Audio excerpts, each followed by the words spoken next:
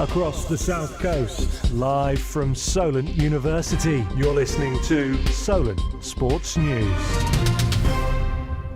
Good afternoon, it's 1 o'clock, I'm Toby Chapman and these are your Solent Sports News headlines. Our main news today is mirroring the stories being heard around the world. The escalating conflict in the Middle East is causing disruption to global sport, impeding the competitors, organisers and fans. In football, England women's manager Sarina Wiegman says there is no safety concerns ahead of their match against Ukraine. Their Women's World Cup qualifier, tomorrow night, is being played in Turkey due to the ongoing conflicts in Ukraine, but Turkey's proximity to the Middle East has provided further security worries. Of course you're concerned about what's happening in the world. That's not nice, and you don't want war, do you? There's close contact and we keep an eye on that, and when we think or our government thinks that it's not safe, then we'll go back. At this moment we don't have signals of that.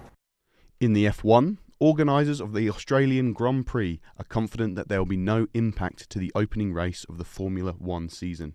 Drivers and key personnel based in Europe had to rearrange their flights due to their original routes through Qatar and the UAE being affected.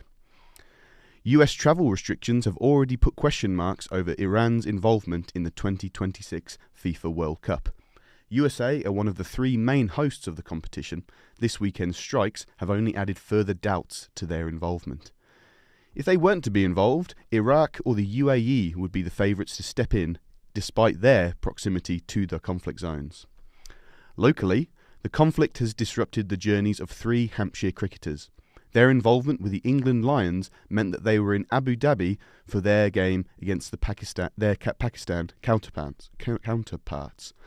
Their match on Sunday was cancelled and they will await further details on how they can get home. Outside of the conflict, it's knockout time in the T20 World Cup in India. England go up against the hosts India, once again on the biggest stage. A third consecutive T20 World Cup semi-final between these two cricketing giants. England thrashed India in 2022, India returned the favour in 2024. Now, on the 5th of March, this feels like the decider. Reporter Yuvraj caught up with the Telegraph's Will Macpherson to get his thoughts on the massive clash. I see India as massive favourites for this game. It's not to say England can't win. They obviously the victory in Adelaide in 2022 was a really famous England victory, which won't be forgotten. But as with the game in Guyana in 24, these conditions, I just fancy India to have the tools to be too good for England. To the Premier League, with interim Tottenham manager Igor Tudor left nobody in doubt of his thoughts on Fulham's opening goal on Sunday, as their side was defeated 2-1. Tudor accused Fulham's Raul Jimenez of cheating by pushing Radu Dragican before Harry Wilson swept home the winner. He take advantage, not thinking about football. He was not thinking about ball. He was thinking how to cheat. So he cheated the player with pushing, and they scored the goal. So it's a logic. It's a cheating, and there's the foul. Liverpool will be without Florian Wirtz again for tomorrow's trip to Wolves in the Premier League. The German pulled up with a back injury during their warm-up in last month's match against Nottingham Forest. Manager Arne Slot says it's hard to know when Wirtz will be available again. The game tomorrow will probably come too soon.